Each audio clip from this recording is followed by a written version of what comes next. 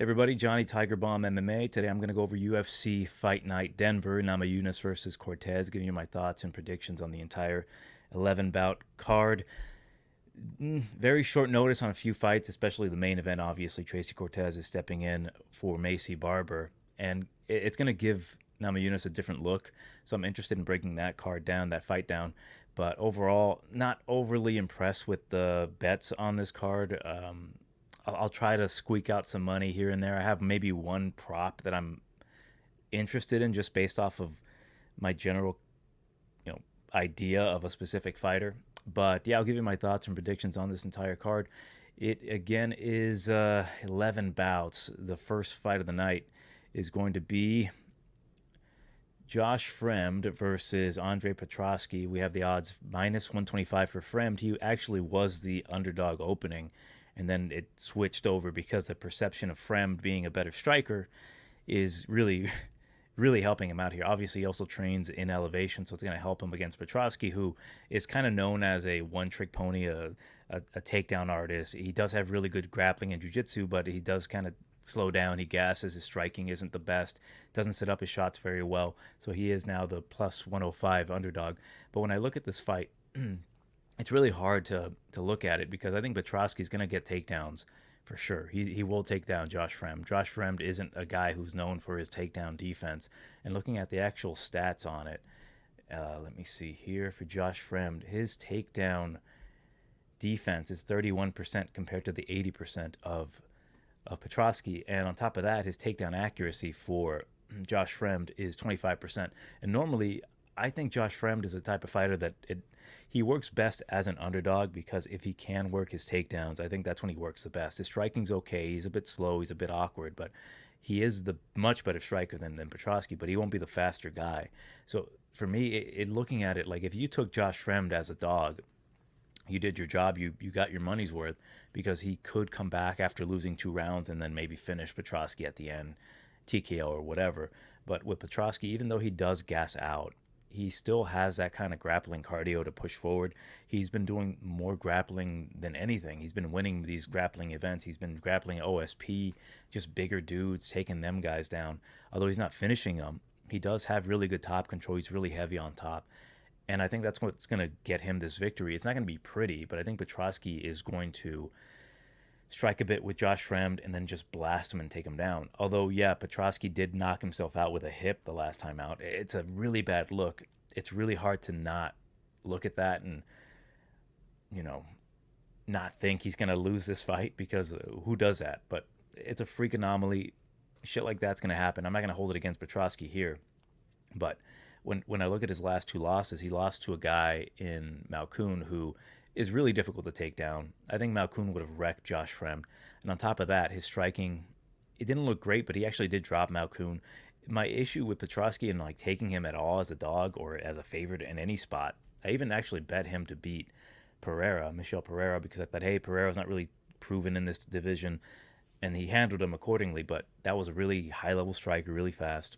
Josh Fremd's not fast. He is going to invest in the body with the teeps, which I think is going to be beneficial for him later. But I think with those teeps and those long limbs, he will be on his ass for a majority of the fight. So I will go with Petroski to win this one by a decision. But it's not anything I'm uber confident in because with the elevation, it changes things dramatically round to round. So it's like this entire card is going to be a really good live betting card just to see how their gas tanks hold up. If Petroski is absolutely gas after the first round, Josh Fremd as a slight dog is probably going to be your best bet.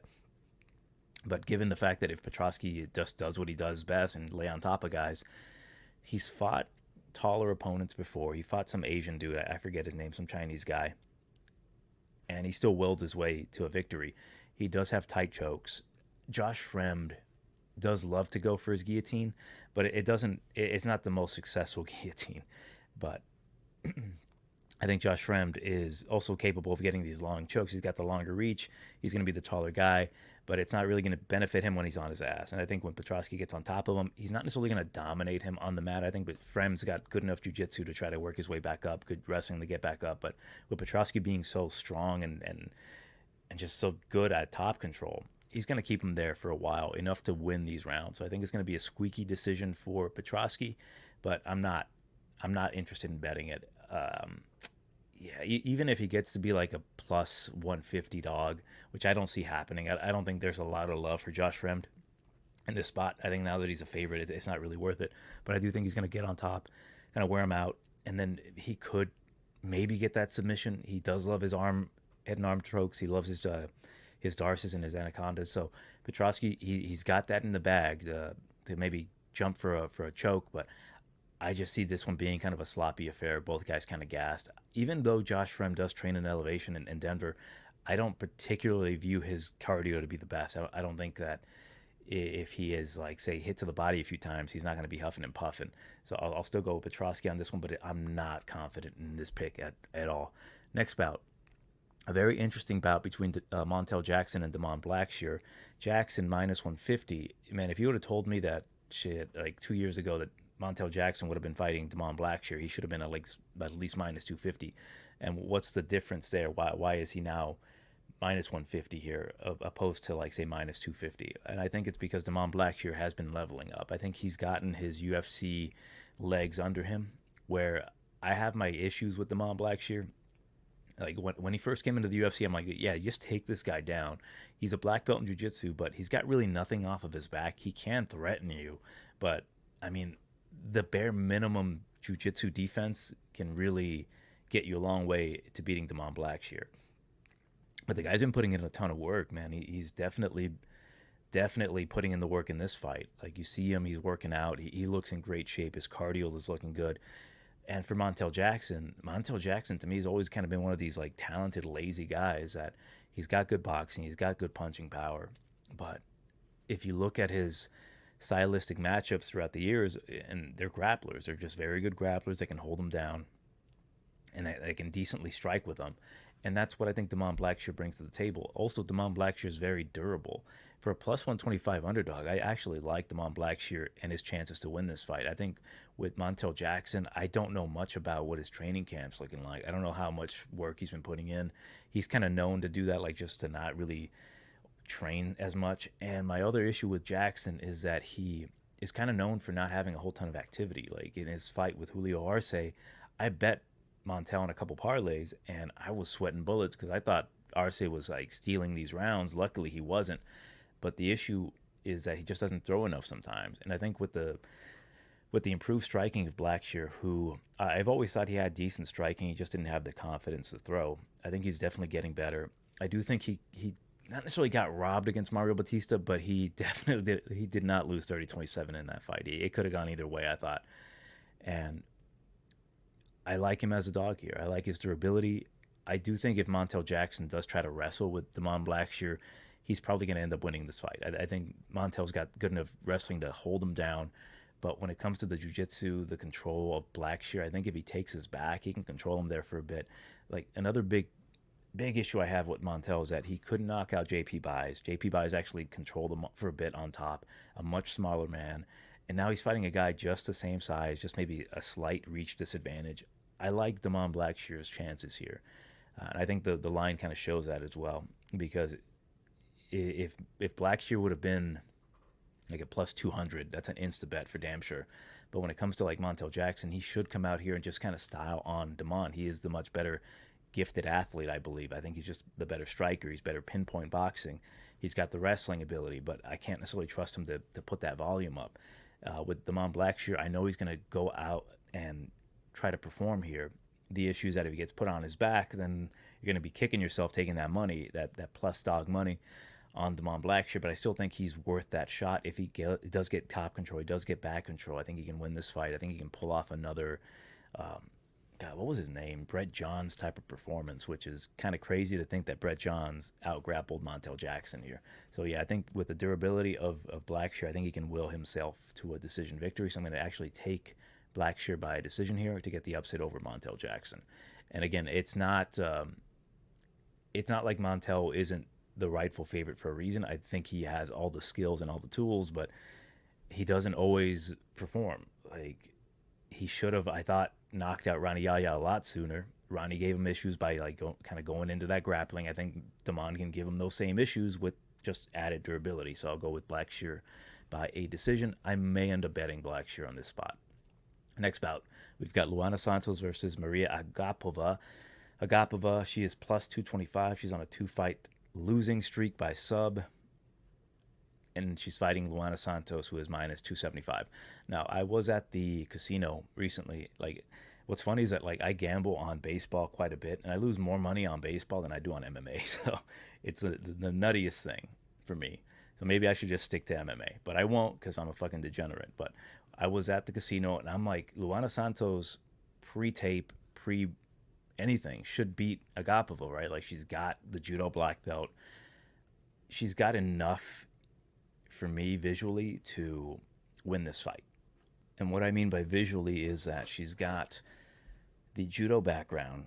She, although isn't necessarily the best at getting submissions, she does have like an odd head and arm takedown along with like a leg-based kimura. It's got a judo name. I don't fucking know it. But I've never really been impressed by Santos. The only thing that it does impress me is that she does have that will to win. She can push a fight. She can control a woman. She controlled the much bigger Stephanie Egger, which I didn't think was going to happen. She throws hard. Her technique when it comes to punches isn't great, but at least she's young enough to get by right now, land these punches, and then maybe go for these takedowns. So I do think that Santos is going to win this fight.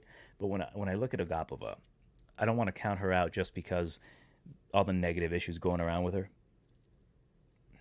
And those issues being that she's basically broke. She's living in a gazebo. She's working like odd jobs as like a bouncer. And I think I saw her doing like a tattoo artist thing. So those are all really negative things out there, right? Like automatically the plus 225 is looking not good. It's looking real swampy. But is it worth a shot? Because when I look at Agapova and her skill set is limited, obviously, when it comes to the mat. Like, she is a blue belt in jiu-jitsu. I think after getting submitted so many times, it kind of prompted her to, hey, I got to work on my BJJ. And yeah, she's a blue belt, but you can at least give her credit for trying and leveling up. The only thing that I do like the most about Agapova's grappling is that when she does hurt her opponent, which primarily a boxer, kickboxer, very good there, very good punches, very good movement on the outside. I do like that about Agapova. Like, she is very skilled, but that one issue that she has is the mat where she gets taken down. She does fight eventually, but if she gasses herself out, she will give up that choke. But when she does hurt her opponent, I do love the way she can take that back and then sink in that choke. She has like Brendan Allen back take, where it's like you get the submission first and then the hooks. It's very nice. It's like, holy shit, that's maybe not high level when it comes to like Brazilian Jiu-Jitsu, but when it comes to fighting, the ability to hurt your opponent like that with punches, take the back and choke the bitch out, it's very nice. So that's always a possibility here. So if Santos wants to get a little froggy and try to test her striking with Agapova, who is like, I need this fucking win more than anything in my life, it's a dangerous opponent she's fighting, and I can see Agapova hurting Santos and going for that submission. So to me, I kind of changed my mind on Santos. Like, I do think she's got the clearest path to victory here. Just wail on her, take her down, control her, gas her out. But if Agapova has enough sense in her to just stay it on the outside, keep it striking, she's got a good chance here. I cannot pick her to win just because those things on the outside, her personal life, are just really weighing her down so much that I can't trust her mentally to come out here and put on a great performance.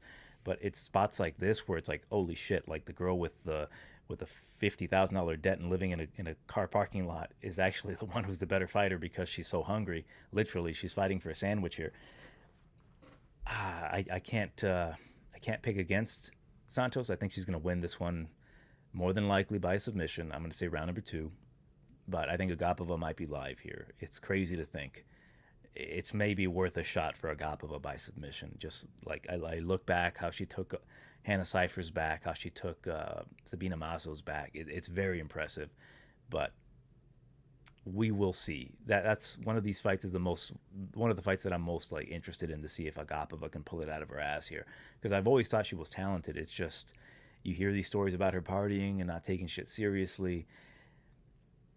I don't know, man. Like, she's like one step away from like prostitution if she's not done that already. So I cannot trust her to win this fight. The odds do tell me, hey, take a shot on her, but I'll probably stay away. I will stay away from Santos because when I look at her, man, like she's bare bones. Like I do think eventually she's going to have the higher ceiling. She's going to develop into a much better striker. because she does have natural power and she does have that judo black belt that I would not be surprised if she just tosses Agapova, ragdolls her, and makes her look like a silly cunt.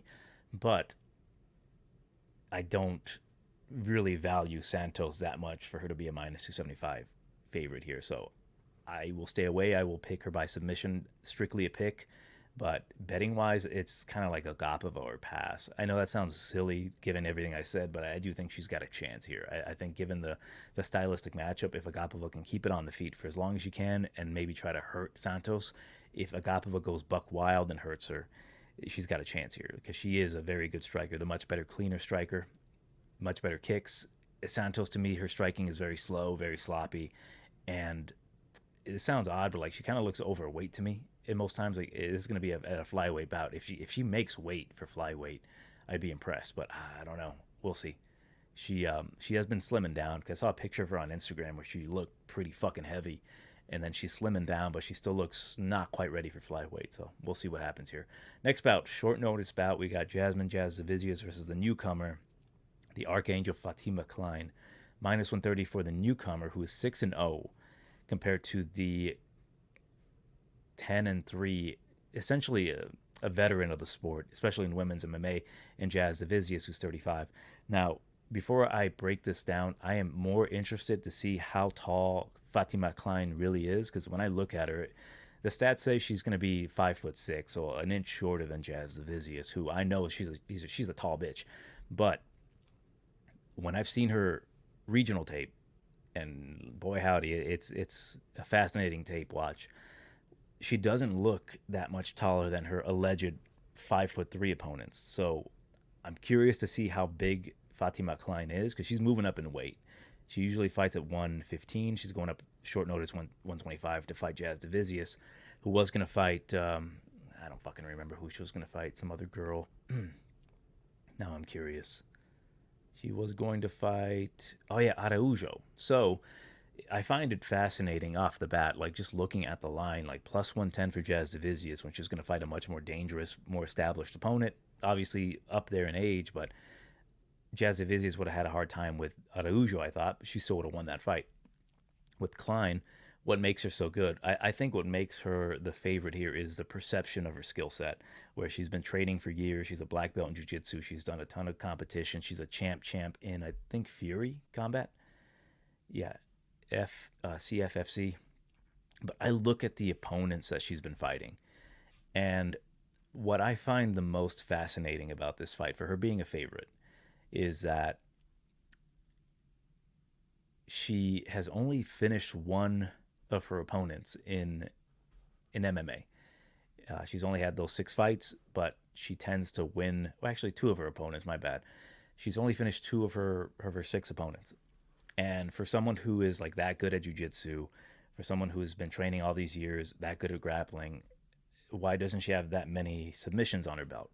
So what I find the most fascinating is she going to be a major threat to Jasudavicius when it comes to, taking her down and then laying on top of her, grounding, pounding her out, or submitting her? And I just don't see it. When I look at her skill set, you can definitely tell this girl is talented. Like, she's got good hands. She just feels comfortable on the feet. She's got the grappling ability to get girls down to the ground. And though I haven't really seen that jiu-jitsu ability transferred over to MMA, you can see that she's got that ability to hold these girls down. But the girls that she's been fighting are just not good quality opponents, and she's been handling them as she should. But in my opinion, she should have finished these girls a lot sooner. So I'm not fully sold on her yet, especially moving up in weight, especially against the veteran in Jasudavicius, who, although my issues with her is that she's slow, she doesn't really move her head, and she really depends on getting girls to the ground and kind of laying on them. I think that's her best option here against Kline, kind of laying on her, using her size. And that's my biggest gripe here. Like, before I put a bet on Jasudavicius or I feel comfortable saying who's going to win, because when I look at it, like, Kline is far and beyond the more skilled of the two when it comes to actual, like, martial arts. Her boxing's better. I think her speed is better. Her head movement's better. Jiu-jitsu on paper is better. Her takedown ability is good. But she's fighting a veteran in Jasudavicius, so I don't think we should count that out. I think Jasudavicius obviously has the full training camp here. she's been training for a much more difficult opponent who has good wrestling ability and I believe harder punches. So it's hard for me not to go with Jasudavicius to win this one by a decision, kind of squeaking it out. But it really is dependent on me to look at these two girls square off first. If Kline truly is that much smaller, I think the money will probably come in on Jasudavicius because her game is just to lay on girls, kind of beat them up, work position, and just get ground and pound. If she can do that against Kline, she's going to do that and she's going to win. But if Kline matches her in size, I think she's got the ability to kind of outstrike her, stuff the takedowns, and get on top of her. So it's a very interesting fight. But I do lean Jasudavicius just for that experience, and mostly because although I do think Kline has a very high ceiling, I just need to see that against actual competition. Jasmine has fought very good competition in the UFC. She fought Tracy Cortez her last fight, who's now in the main event, and I thought she actually did enough to win that fight. Give me shit all you want. When I look at it, she really gutted it out. That's another thing that I like about Jasudavicius is that although she has those limitations, she does have that bitch in her, that dog in her, that she will make it a dirty ass fight. I do like that attitude for her. I like that she trains with the Niagara top team. She trains with Mike Malott, who's got very good jiu-jitsu. I just think that Jasudavicius would be the play here. But again, I need to see how they match up. If she truly is 5'6", like Kline is claimed to be, then it could be a much closer fight, and I might stay away from it. So I might wait to bet this fight up until the actual weigh-ins or the face-offs, because looking at it, I think the experience of Jasudavicius might be a little bit too much for Kline's overall dynamic ability. So I'll go with Jasudavicius by decision, but again, I'm not uber confident in this one until I fucking see them face off. So another thing, I think Kline looks a little too thin for the division as well. Like she looks real skinny, and like just looking at Jasudavicius and her shoulders and shit, she looks much bigger. So next bout, we've got flyweight Charles Johnson versus Joshua Van, -190 for Van, come back for Charles Johnson, +160. So my biggest issue here, it's going to be mostly a boxing fight. Charles Johnson likes to box. Joshua Van loves to box. Joshua's only 22 years old. He's 10-1. Charles Johnson, ton of experience, fought much better competition, but not really beaten that competition. But he is 15-6. The reach advantage and the height advantage here is going to be the major thing here for Charles Johnson. He keeps a lot of volume. He throws that teep kick up the middle, keeps a long jab. Charles Johnson has always been a good fighter, but when it comes to his matchups, they've always been difficult. Like, good grapplers are going to out-grapple him. When it comes to a boxing-style matchup, like his last fight against Jake Hadley, he fought a Jake Hadley who also likes to box, but he doesn't move his head too much, and he primarily likes to grapple. And with all the wrestling that Charles Johnson's been doing in his UFC tenure, he's definitely got enough takedown defense to stuff the takedowns of Jake. Now, with Jake winning the first round, did not like that against Charles Johnson. He sweated that shit out for me terribly, because I had a pretty good bet on Charles Johnson to win money line, and he lost the first round, and he was giving away the second round, or the third round. He definitely won the second. So Charles is not a guy you can really trust sometimes, especially when you got a guy with the boxing ability of Joshua Van and the ability to strike to the body like Joshua Van. Although I do think the odds should be a lot closer here, because when it becomes a one technique fight where both guys are going to try to strike, I think Charles Johnson has the ability to get it to the ground if he needs to maybe swing around. Joshua Van, I know he's been training. He actually just fought a guy very similar to Charles Johnson in his last fight, but a little bit more dangerous, and Felipe Bunes, who very long striker, very good jiu-jitsu, and he handled him very viciously. He attacked the body. He ripped to the body really nasty. He pushes a nasty pressure. He has really good cardio. I do think that if Van eventually starts attacking the body of Charles, he will gas out. Charles is kind of known to slow down. He is known, funny enough, to have great cardio, but recently, out of nowhere, it's just not been there. I've not seen it. I've seen him slow down. I've seen him give up rounds he shouldn't. And it's usually when he's the fresher of the two fighters in that third round that he tends to have the visibly better cardio. For Joshua Van, I just like this kid really, really much. I like the way he strikes. I like the way he is, like, taking these steps up in competition and handling them. This guy was someone that I kept reading about in Twitter that he was going to beat Tagir Ulanbekov, although I didn't think that was the case. For him to be the favorite here, and maybe for me to doubt him, is a little silly because I did think he had a good chance against Tagir. Had certain parameters happen. Say he stuffs a few takedowns and he rips to the body nasty. I think against Charles, who's a much better striker, it's going to be a little bit more of a difficult matchup when it comes to obviously the striking. But when it comes to the grappling, I think Joshua Van, I think he's definitely working on his takedowns. I wouldn't be surprised if Joshua goes for a takedown here. Charles not expecting it. This is not really a spot to bet Joshua Van, but it's kind of to see how far he's progressed. I do think he's got the striking ability to match Charles. I think in the inside, he's going to be able to hurt him more than Charles is going to be able to land on the outside because Joshua's got good head movement. If Joshua does mix in takedowns here, it's going to show me his maturity as a fighter. And for only being 22 years old, the kid's got like the sky for the limit, man. Like when he first came into the UFC, I wasn't sold on him. I thought he was too young. I thought he was going to lose to Zalgas, but he proved me wrong there. And ever since then, he's just been whipping people's ass. I actually picked against him against, what the fuck is his name? Borjas, because I thought Borjas was going to have so much activity on the outside, being the longer dude. And what did he do? He attacked the body and he slowed him down. So I like Joshua Van's ability to adjust. And here I do expect him to adjust, but for that price tag, I'm not in love with it. So I will pass on him as a pick, or not a pick, but a bet, but I will pick him to win this one by decision. I think he will just land the harder shots. And if he does mix in takedowns and gets a bit of top control on on Charles Johnson, it will show me his progression as a fighter. Next bout, Cody Brundage versus Abdulrazak Alhassan.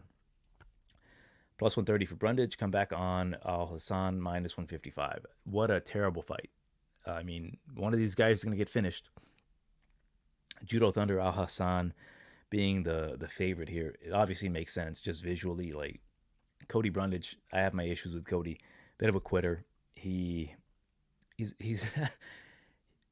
if he was a vehicle, a Toyota-based vehicle, he wouldn't be a forerunner. He would be a front runner. The dude needs to have his way to be able to actually perform. Like we see it time and time again. We see it against Rodolfo Vieira. He's whipping his ass.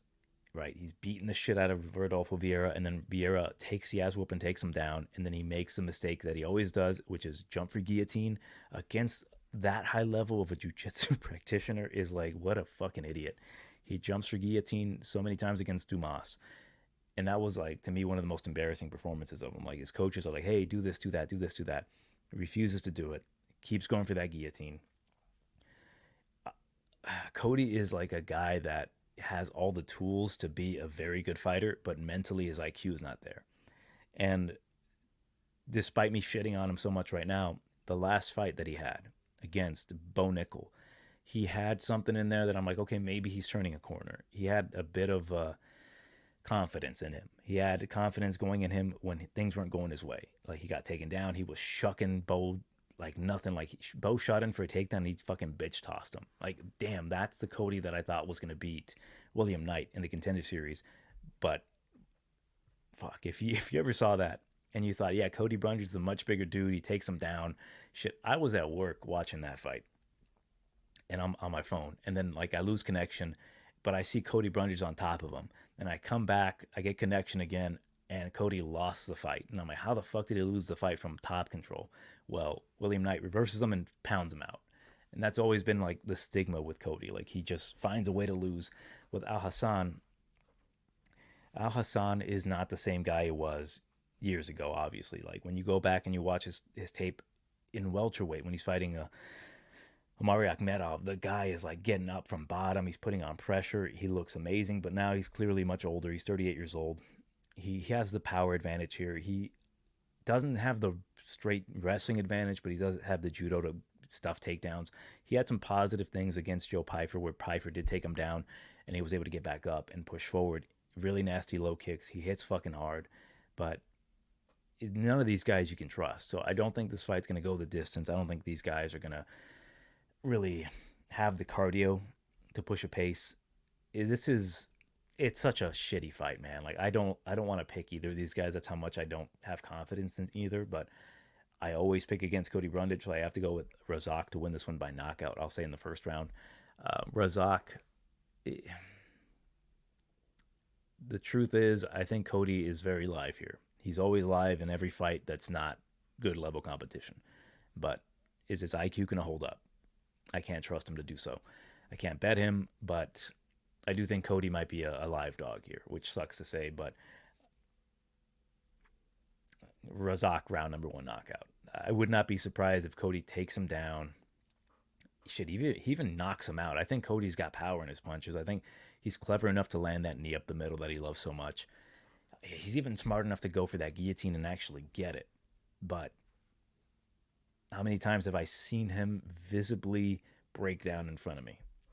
Like, I can see a Razak getting knocked out, but I don't think he'll visibly break down and just stop fighting. So for that reason, I have to go with Razak. I'll go round number one knockout. Next bout, we've got main card opener, Christian Rodriguez versus Julian Erosa. Now, minus 210 for Christian Rodriguez, to me, it's not worth a play, but Erosa plus 175, right? Erosa, he's going to be the longer guy, taller guy. He's going to have a 3.5-inch reach advantage, significant height advantage over the 5'7" Christian Rodriguez. But when I'm looking at it and I'm thinking, wow, that's going to be a really tough fight for Rodriguez, right? He's got a long, tall striker who can grapple. And Erosa, he's a clever guy. He's a very good fighter. It's just that he has that off switch, which is the chin. If you hit him just right with really anything, mostly kicks. So if you hit him with a kick flush, dude's not going to recover. But when I look at C-Rod, he's not really known to have that one-punch knockout power. He doesn't necessarily have a whole ton of knockouts. He does love his submissions, though, but Erosa's never been submitted. Erosa, I believe, is a black belt. He just submitted a black belt himself in Ramos. But my thought is, like, can Christian hurt him and then jump for a guillotine? Because this guy's submissions, man, like he's been training with the Pettis brothers for a long time. Yeah, ignore the fact that Anthony just lost to a fucking journeyman loser MMA fighter in boxing. But when it comes to MMA, like their whole style has always been based on like incredible striking and then going for nasty submissions. Even like Baby Pettis is really good at that as well, going for that guillotine. And Christian here is no different. There's no difference in him as well. Great striking. I think he's got better movement, better boxing. He finds a way to land his strikes despite having like a reach disadvantage. He's just very long for being such a small guy in 5'7". He clearly doesn't belong in featherweight. He should be at bantamweight, but can't make the weight, at least for now. And now he's fighting a really tough opponent in Julian Erosa, where Erosa, using his size, I think he can have success, but going back and watching tape on, say, Erosa versus Julio Arce, it was pretty close, but Arce, superior boxer, superior head movement, eventually ended up knocking him out. And Erosa, if he does try to go for takedowns, that was my thought. Like, will he have success against Christian? Christian's got some crazy takedown defense. He's got really good scrambles, and it's hard to count him out in any situation. Like, when I go and watch his UFC debut against Jonathan Pierce, the shit he was doing against Jonathan Pierce to exhaust him and nearly, like, finish him in the first round with that guillotine choke. Christian can scramble. Christian's got really everything you need in an MMA fighter. It's just that, again, he's in the wrong weight class, which, as I mentioned with Fatima Kline, if you're in the wrong weight class and you're just a little bit smaller, the bigger dude can sometimes lay on top of you. That's what I'm most worried about Erosa. But with Erosa having that durability issue, I just don't see Christian having much of an issue with Erosa. I mean, if Christian fights to the best of his ability, I mean, he puts in striking to the body, lands to the head, lands kicks, avoids the takedowns. I think he will hurt Erosa, maybe not finish him. The issue here is that if Christian tries to go for a guillotine, he can put himself in a bad position. But when it comes to like his scrambling ability, I just think Christian's a much better fighter than Julian Erosa in every aspect, other than being just a shorter guy here.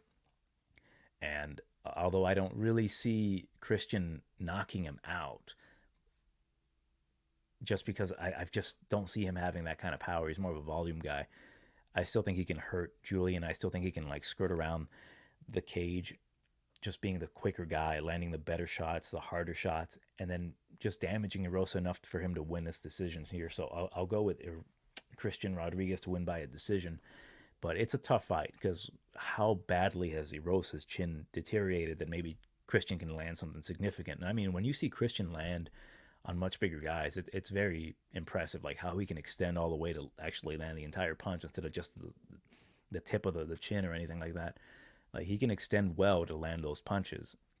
So we'll see what happens in this fight. But I do think that if all else fails, I think Christian is that much better than Erosa, at least when it comes to the striking ability. Like Erosa's got some funky ass strikes, man. He loves his jumping knees and shit. But it's Julian Erosa, man. Like if he's got an opponent that's much better than him, he tends to lose that fight. Um, it's just he's an interesting cat. Like I go back, you watch the Steven Peterson fight where he should have just finished Peterson, a much lesser fighter than he is, and he went to a split decision with him. And then he has a really good performance against Hakeem Dawodu where he just out grapples him. So Julian Erosa is such a mystery sometimes that if he comes out here and he knocks out Christian Rodriguez, that'd be crazy. But Christian's never been finished. At least has he?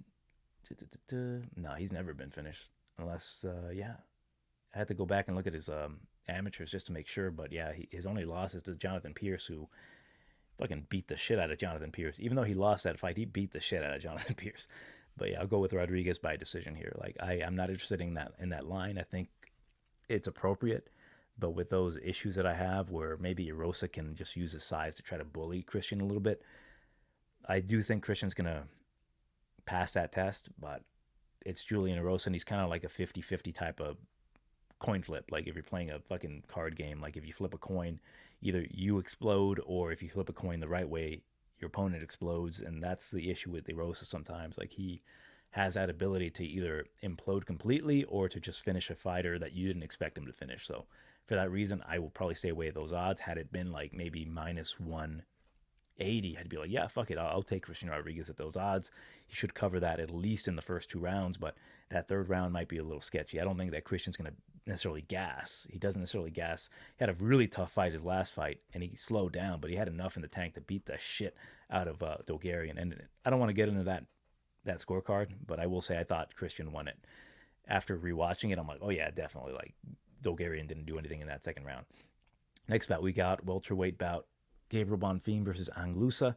I gave this one quite a bit of thought because minus 400 for Bonfim, ridiculous. Again, you cannot bet that. It's after his last performance against Dalby, who, yeah, Dalby has been on this crazy run where people thought he won his last fight, which he didn't. Had he won it, it would have really probably propelled Bonfim into like minus 500 or 600. But Bonfim, he's a fucking dynamite. He's a dynamo. Loosa, like he's good. He's definitely good. Plus 310. It's hard to say, yeah, let's not put a little bit of money on him just in case he wins like the third round and finishes Bonfim. But with Loosa, I think there's clear ways to beat him. I think he's a tough guy. I think he's a good striker. He's good everywhere. He's a strong guy. He can grapple. He can do it all, but he's not spectacular anywhere. And I think when he fights specific type of guys, he's going to just run right through them to a decision. Not run right through them to finish them, but he'll just clearly win the fight. The issue with Loosa is that I suspect his chin a lot. I worry about it.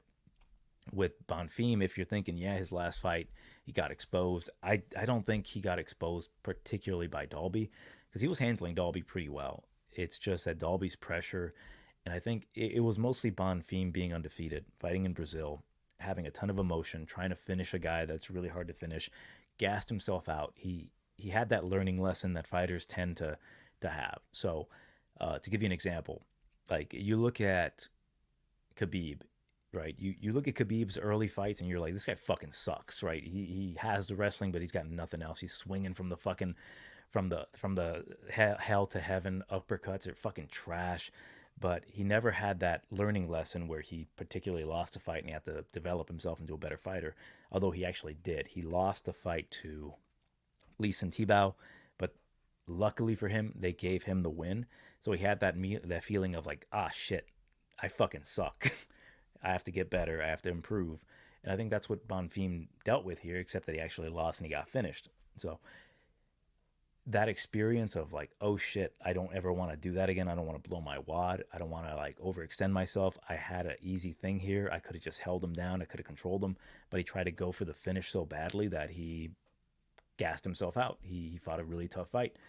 He's got really good wrestling. He's got nasty jiu-jitsu, nasty submission skills.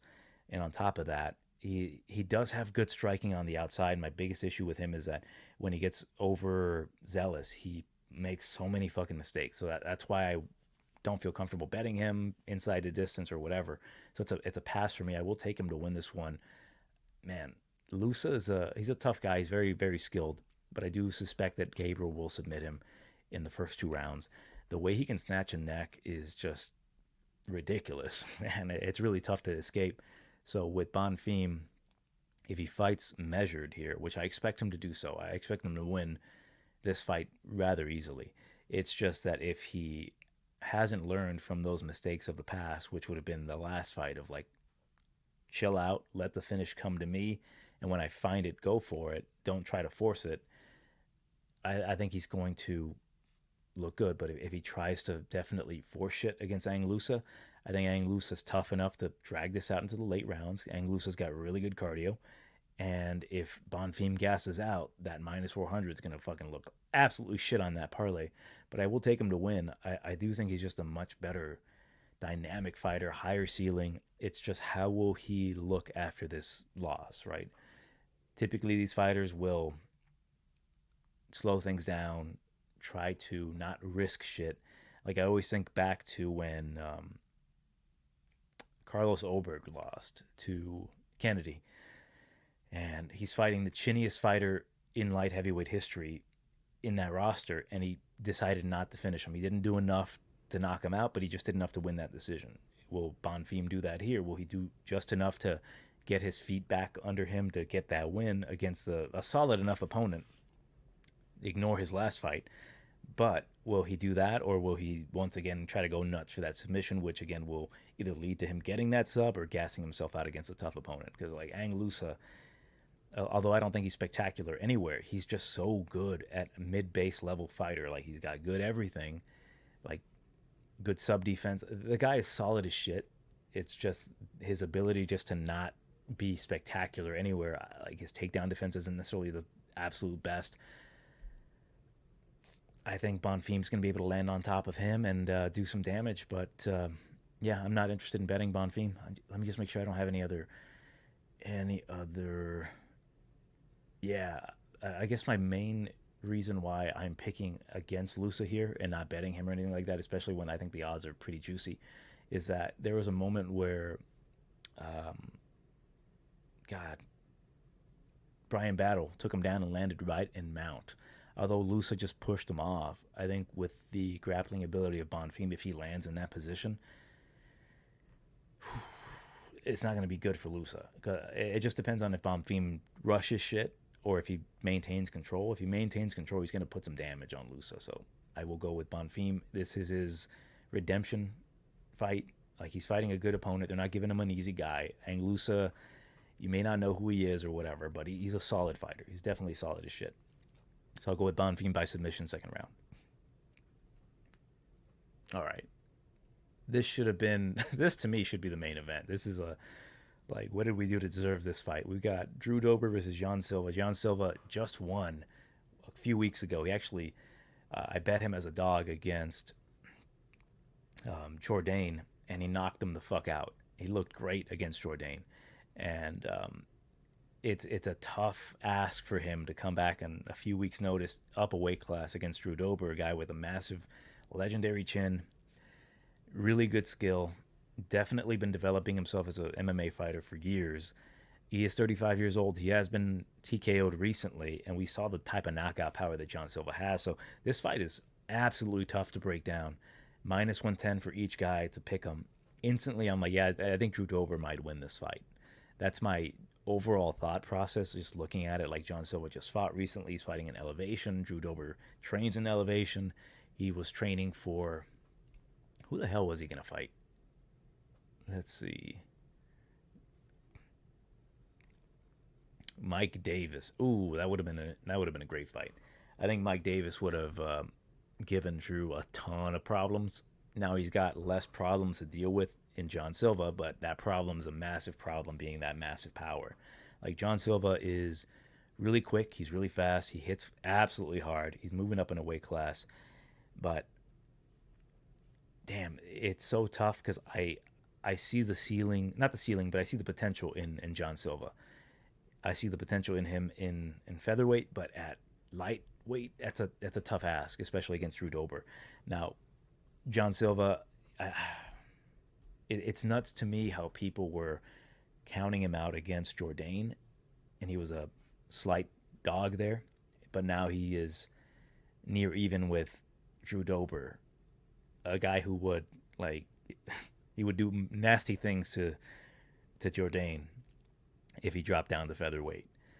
Um, there's a lot of info that I have on this that like it's hard to explain, but when it comes to John Silva, his best chances here is to put the pressure on Drew Dober, but that's Drew Dober's game. He loves to put on the pressure. Drew is willing to take one to give one, and against John Silva, like will those two just end up negating each other? So I'm interested to see this fight. Like I don't even want to give a prediction because it's so fucking difficult. Like I'll tell you right now, I'm gonna stick with Drew Dober just because of the added elevation. He was training for this really tough fight against Mike Davis, a stylistic, really a nightmare for Drew Dober, a guy who can wrestle and box and hit hard.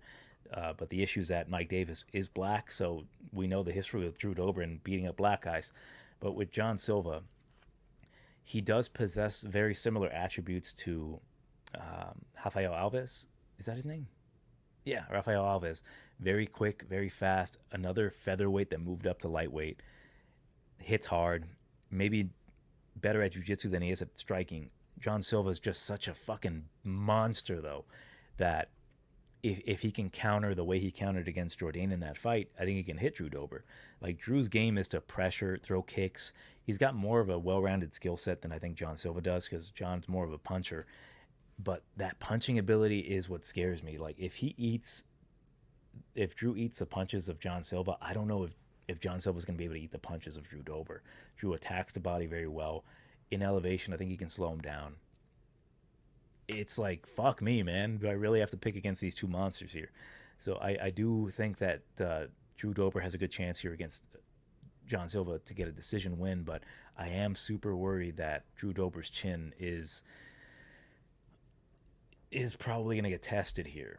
And it's been tested many times, but when I see the fight against him and Frevola and how Frevola caught him, just kind of moving on the outside, having awkward movement, that's something that John Silva can definitely do, just staying patient. John doesn't overthrow himself sometimes. He finds his spots, and then when he finds the openings, he starts landing on you. If he starts landing consistently on Drew Dober, that's going to fucking suck for Drew Dober. Like, but it's so hard to count against Drew Dober because he can take these shots and move forward. We saw what he did to Bobby Green. It's definitely not something I'm going to bet, but it's going to be an incredibly fun fight to watch. Like, may the better man win, for real. But I initially would have thought that Drew Dober would have been the favorite here. Because of that, he's just got the statistical advantages for me. Training in elevation, having a full training camp for a fight like this. John Silva coming in loosey-goosey after just having fought. Moving up in a weight class, it may benefit him, but I don't know how well he's going to be doing in elevation for that reason. Like, if Drew Dober pushes a pace on him and tires him out, and he can absorb those punches, I think he can work the body and just tire out John Silva to maybe lead to a finish. But with John Silva being so dynamic, I need to see him in this spot, right? Like, I have my ideas of what John Silva can do on a full training camp, like specifically training for a fighter with the fighting nerds, having a game plan. But with this being so short notice, it just does not benefit him in this spot. For those reasons, I do have to pick Drew. But make no mistake, I do think that John Silva, with his power and his striking ability, his counter ability, if he starts putting Drew Dober on the back foot, holy shit, it's going to be a great fight. But I will go with Drew Dober by a decision here.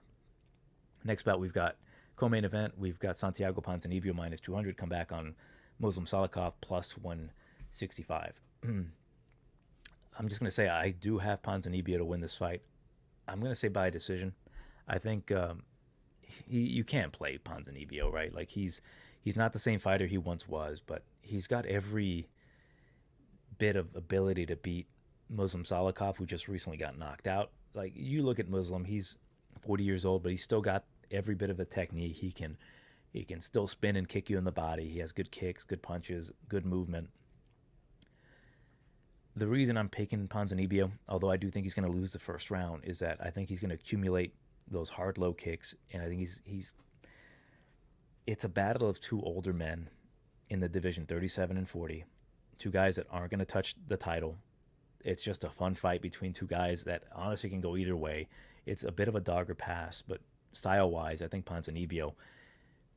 He hasn't fought in what, a year or so. His last fight was against Kevin Holland, and when I look at these fights, like he was losing the fight to Morono a year and a half ago. But what does he do? He perseveres. He comes out and he keeps moving forward and he ends up knocking him out. He wasn't necessarily losing every round to Holland, but he was making it competitive up until he got knocked out. The thing I like about Ponzinibbio, even at 37 years old, even he's not the faster guy he was in the past. He's not the sharper striker that he was with those laser beam punches. It's just that he's never lost that ability to be a dog. Even when he gets hurt, he'll keep moving forward.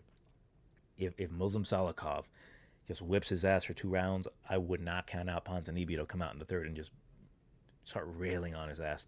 So I do like Ponzinibbio on this spot. I think it's just going to be a really honest fight between two guys where the odds should be closer to like minus 150 for Ponzinibbio, just being the younger guy giving him a slight edge. But I think Muslim's going to probably win the first round, and those odds are going to be useless to you anymore. Like, I think it's going to be a pick by the second round.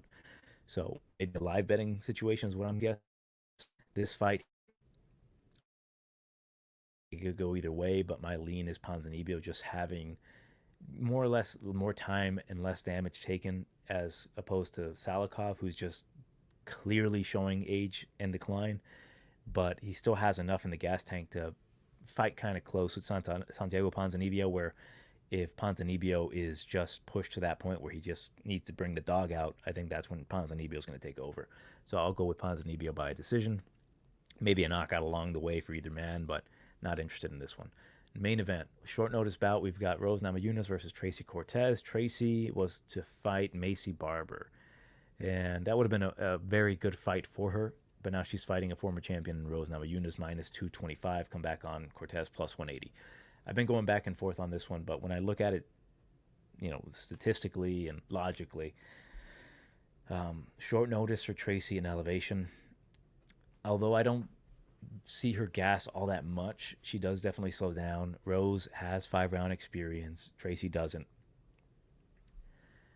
But I think Tracy has the kryptonite for Rose. Rose does not like to get wrestled. And that's my biggest thought here is like, will Tracy just be able to manhandle her? Excuse me, being the bigger woman. Of course, like Rose moved up to 125 after having a great career at 115. Will Tracy just be that much bigger than Rose that she can manhandle her to the ground, control her there? She does have good jiu-jitsu. She has got good grappling for sure. And her boxing's gotten better. Her defense isn't great. My biggest worry as to why I can't pick Tracy, I might end up betting Tracy Cortez here. There's a specific thing I might actually bet her on, like a specific prop. But the reason I can't bet her is that if she does not have the cardio to go 5 rounds with Rose Namajunas, a woman who has fought for the title multiple times, defended it. Yes, she's not necessarily looked as great at 125 recently, but we know she's got the jiu-jitsu, she's got the better boxing, the better kickboxing. She's gone 5 rounds. I just don't like Rose Namajunas at 125. Like, to me, she hasn't looked impressive. Like, her only win at 125 is against another 115 fighter in Amanda Ribas.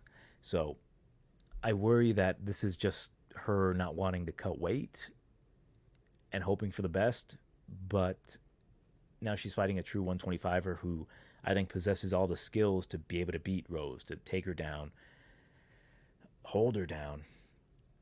Like, Tracy herself isn't necessarily the greatest at stuffing takedowns. I've seen her get taken down a fair amount of times in specific fights where she shouldn't be getting taken down. Like, I think with her fight against Justine Quiche, like, yeah, that was years ago, but didn't like that look on her. But when it comes to this fight here, I worry that she can maybe manhandle Rose Namajunas. Although I think Rose is just a much more skilled fighter, does that really matter? It's just, to me, it all really depends on that second round. Like, halfway to the second round, will Tracy and her takedowns stop looking as impressive? Will she be able to get stuffed? Will Rose start landing cleaner punches? I don't think she has the massive power here. I think actually Tracy has more power than Rose at 125. Like looking at the shots that Cortez was landing on Jasudavicius, I was very impressed with that. With those combinations, she was just letting those fucking hands go. I'm like, damn, she's really improved here. Like she tried to prove a point just by striking with her, and she looked impressive. Although I still think she lost that fight, she kind of got manhandled by the much bigger woman, kind of clinched up, knee to the body. I'm just fascinated in this fight as to like how how it's gonna play out. Like takedown defense for Namajunas 59%, Tracy Cortez's is 75. Her accuracy for Cortez is 46%. Funny enough, Namajunas has 47% accuracy with her takedowns. It's just an interesting little bout. Like the short notice to me is what really makes me more leaning towards Rose Namajunas. I think that come those later rounds, that if Tracy is a little fatigued and those takedowns aren't coming as easy, or she's just not able to get the striking going, because I didn't like the look of Tracy come like the later part of that fight with Jasudavicius, where Jazz was just kind of pushing forward. We'll see, man. Like I will lean Rose to win this one by decision. My thought is that if Tracy can get some top control, when I go back and look at that Gatto fight, she was able to get top control on Gatto, who is a much longer girl, more physically imposing. I think her striking is coming a long way, but her jiu-jitsu is definitely top notch. She was able to get top control on her, get mount on her at one point, actually went for an arm triangle.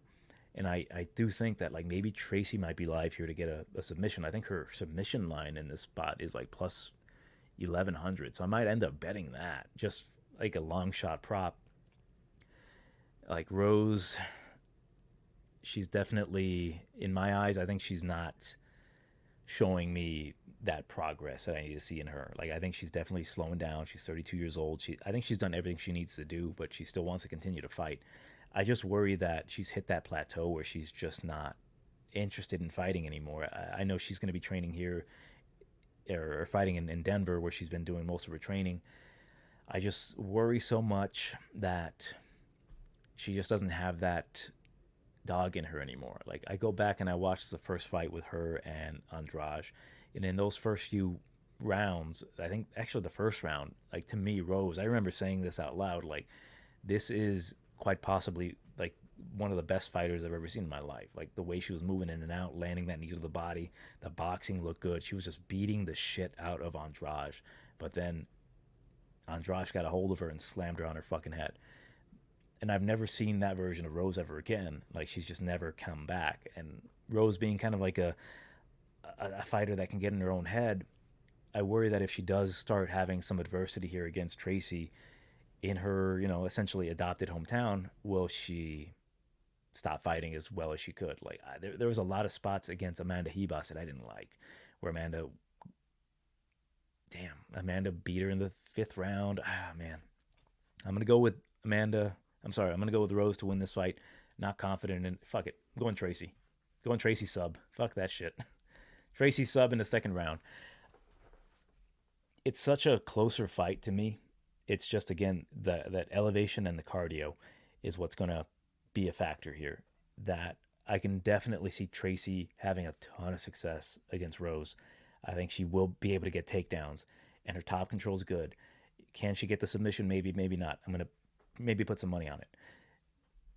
I just worry so much about Rose, especially as a minus 225 favorite. That concerns the shit out of me here. I didn't think she covered her price tag against Amanda Ribas. I had money on her to win. I was worried that they were going to give Amanda Ribas the win. When I heard like 49, 46, I was like, okay, we're good. But against a girl who I think is just hungrier, I don't know, man. The reason I'm going with the sub is I think that she still has a vial of Ortega's man essence, and she might chug it. You know what I'm saying? She might get that sub. But I will go with Cortez reluctantly to get this one by a submission. I'm not confident in it. Just again, like if she starts slowing down, I'm fucked. But if I'm having this much trouble picking, I got to go dog or pass. So I'm going to go with Cortez to win this one by a submission in the 2nd round. But yeah, let me know what you think in the comments. Am I fucking dumb? What are you betting on this card? Because like I don't like it. There's so much here that is just difficult. It's so difficult given you know the story behind it, like the type of fighters that are fighting here. We've got a lot of fighters here that are either low IQ, that have issues with cardio, get knocked out by hips, are prostituting themselves to make money. Like it's hard to gauge it, but typically when that happens, like the most logical thing happens, like the prostitute's gonna probably lose. So it's really tough to try to make some money here. Like you either gonna have to eat a ton of chalk, or you're gonna have to like try to find value somewhere. Like, and to me, the only guy that I think that can probably bring that value is Damon Blackshear. So we'll see. We'll see what I bet. Not uber interested in this card. I might potentially skip it depending on what that line, because I can't work Cortez. So if that sub line for me at the casino is closer to that, like plus 1100, I might end up taking that. But again, Johnny TigerBomb MMA. I will see you next week.